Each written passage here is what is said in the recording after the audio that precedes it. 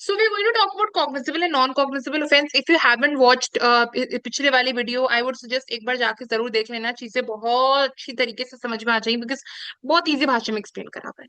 आप कॉग्निजेबल और non cognizable में देखिए फर्क क्या है. लाइक पहले में तो आप पहली बार देखिए कि कॉग्निजेबल एंड नॉन कॉग्निजेबल का पहले CrPC has not given any kind of test या फिर कोई क्राइटेरिया. ठीक है. अब जो पहला schedule of CrPC, again CrPC मान ली रेलिवेंट नहीं है तो हम उसमें नहीं जाएंगे डिटेल्स में. All offenses are punishable with imprisonment for not less than 3 years, right? Means more than 3 years. They are considered as cognizable offenses. मतलब सीरियस है. बेलेबल, नॉन बेलेबल में भी क्या बोला था? 3 years से ज्यादा की. ठीक है. और यहाँ पर 3 years से कम की नहीं, मतलब 3 years से ज्यादा की.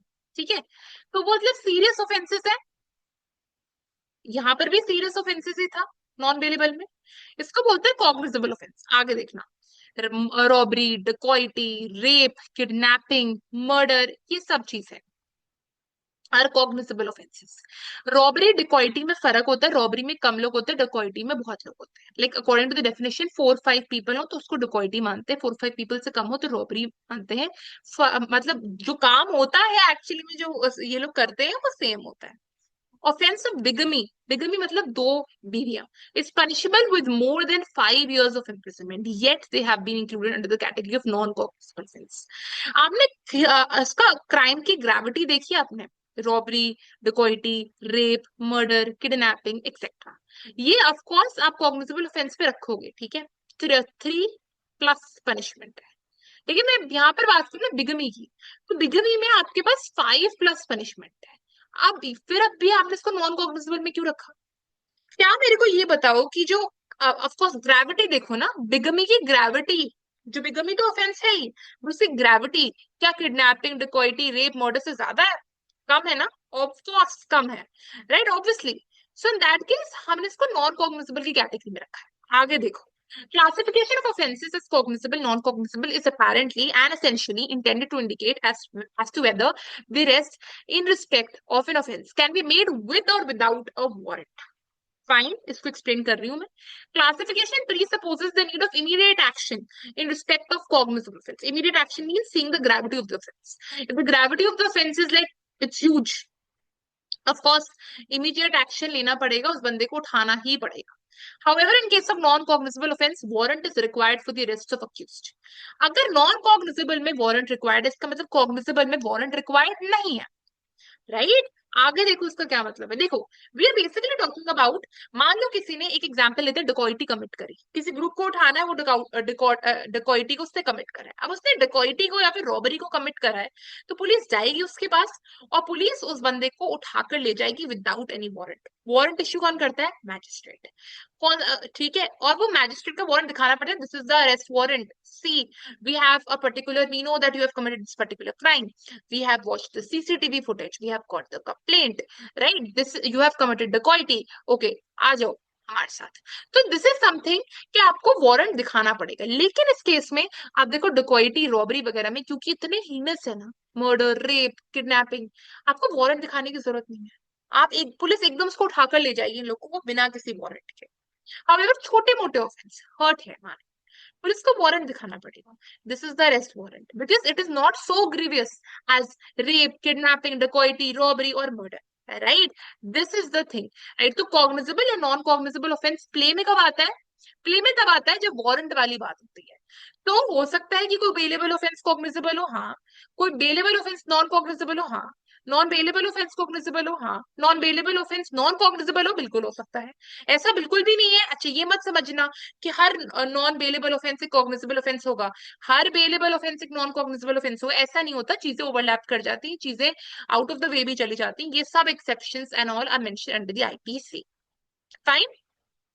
आईपीसी ने कोई डेफिनेशन ये नहीं दी है, सॉरी सीआरपीसी ने ये नहीं दी है कि मान लो अगर वारंट अगर इशू हो जाता है, so in that case that crime is going to be non cognizable offence. Warrant issue नहीं होता, that is going to be cognizable offence. CrPC has not listed that particular thing out, has not listed that, I would say, criteria of differentiation between them.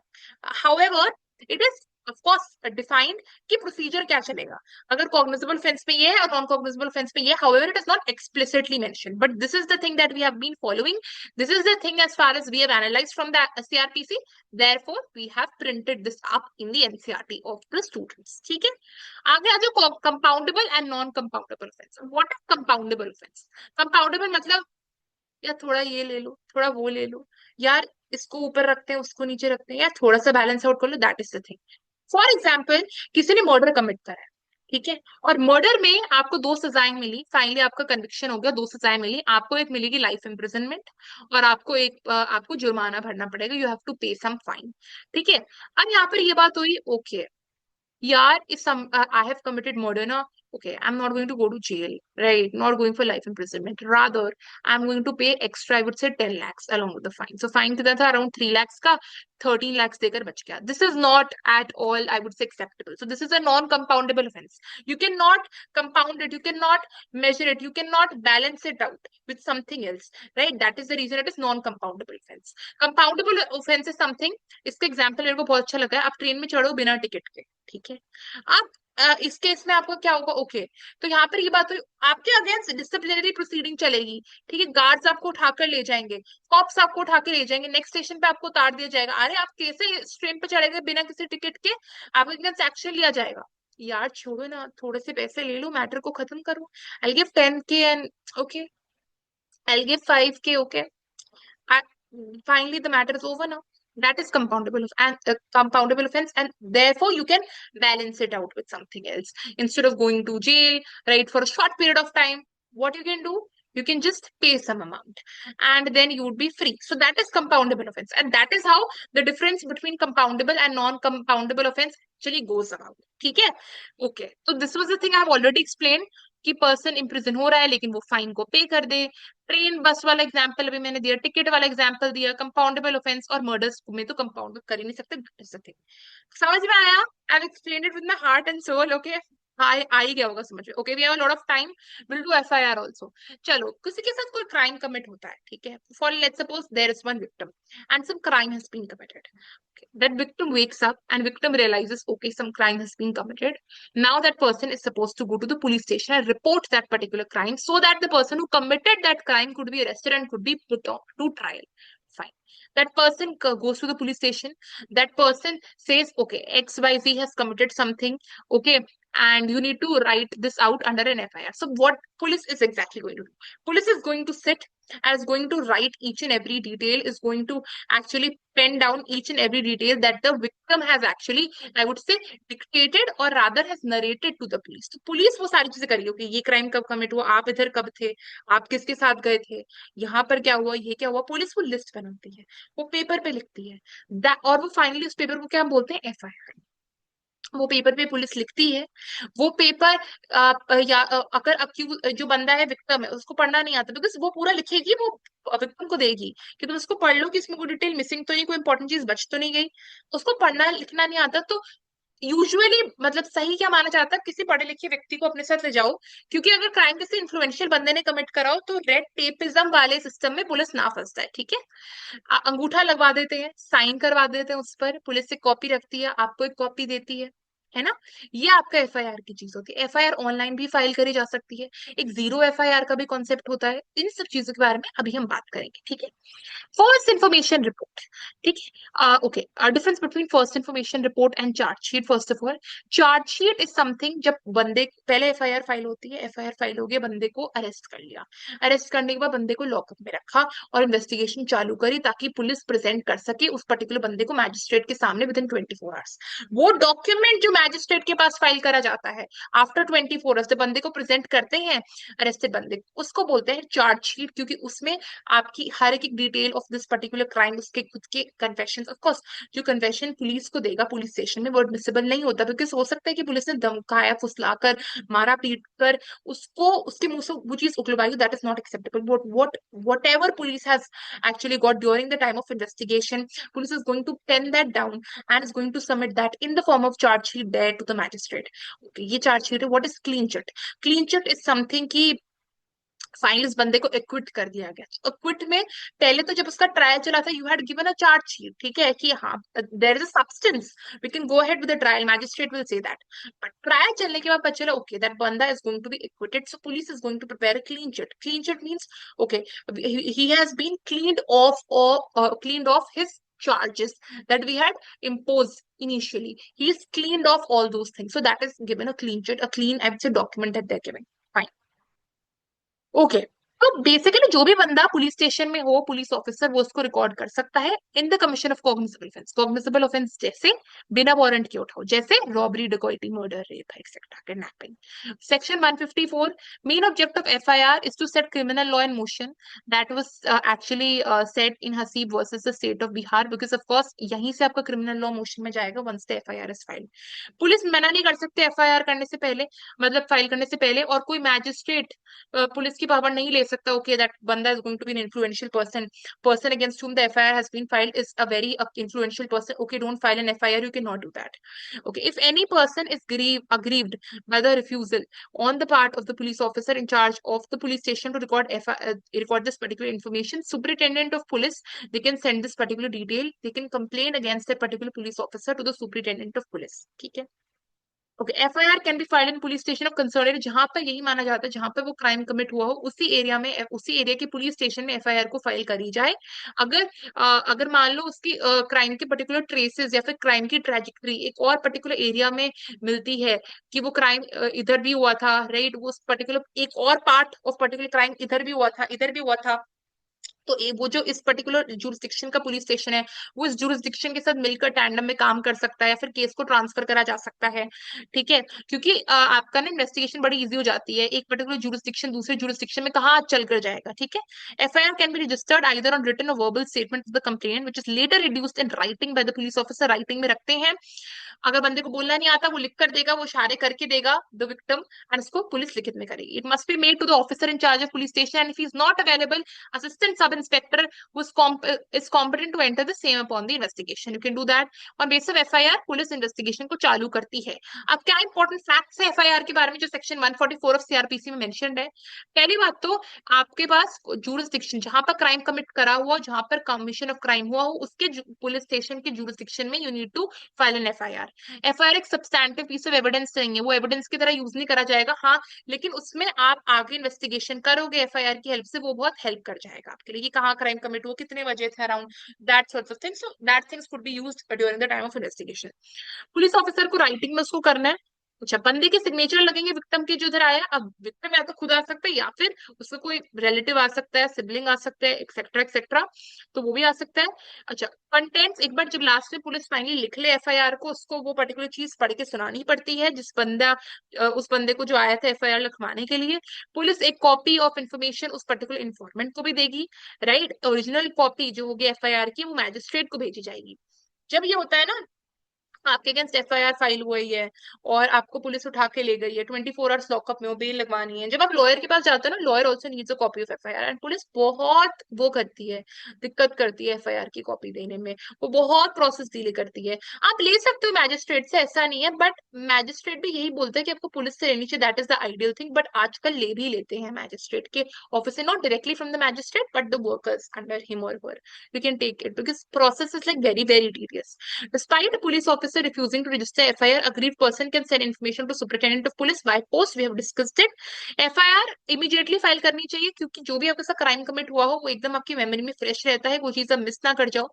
Telephonic information, अगर आप phone से भी आप बात कर रहे हो, एफआईआर करवा रहे हो, that is also very acceptable, not necessarily कि आपको उधर फिजिकली बैठना पड़ेगा, बोलना पड़ेगा, लिखना पड़ेगा। अब जीरो एफआईआर का भी कॉन्सेप्ट है, ऑनलाइन एफआईआर मैंने एक्सप्लेन कर दिया, ऑनलाइन पोर्टल पर जाकर आप एफआईआर फाइल कर रहे हो किसी पर्टिकुलर पुलिस स्टेशन के डिस्ट्रिक्ट में, that is also allowed. Zero FIR is when in worst circumstance में, मान लीजिए एक बंदा है जिसके साथ क्राइम कमिट हुआ है, स्थिति बहुत बुरी है, लेकिन क्राइम कमिट हुआ है किसी और जगह, ठीक है, और उस बंदे को आई वुड से किसी और जगह में, और वो बंदा अभी अभी अपने टाउन आया है बहुत मुश्किल से बच बचा कर, और इधर उसके पास पर्टिकुलर क्राइम कमिट हुआ था, लेकिन बंदे की हालत बहुत बुरी है कि वो पुलिस स्टेशन में जाए। इट वॉज सर्कमस्टांसेस में वो अपने खुद की जुरिस्डिक्शन में क्राइम दे सकता है, एफआईआर फाइल कर सकता है, और वो ट्रांसफर हो जाएगी दूसरे पुलिस स्टेशन में, दूसरे जुरिस्डिक्शन की पुलिस स्टेशन में, that is the thing. 11 point cover कर लिए सारे, फाइन। अब information to police is non cognizable offence. ये हमने तब बात करी थी जब कोई कॉग्निजेबल ऑफेंस हो।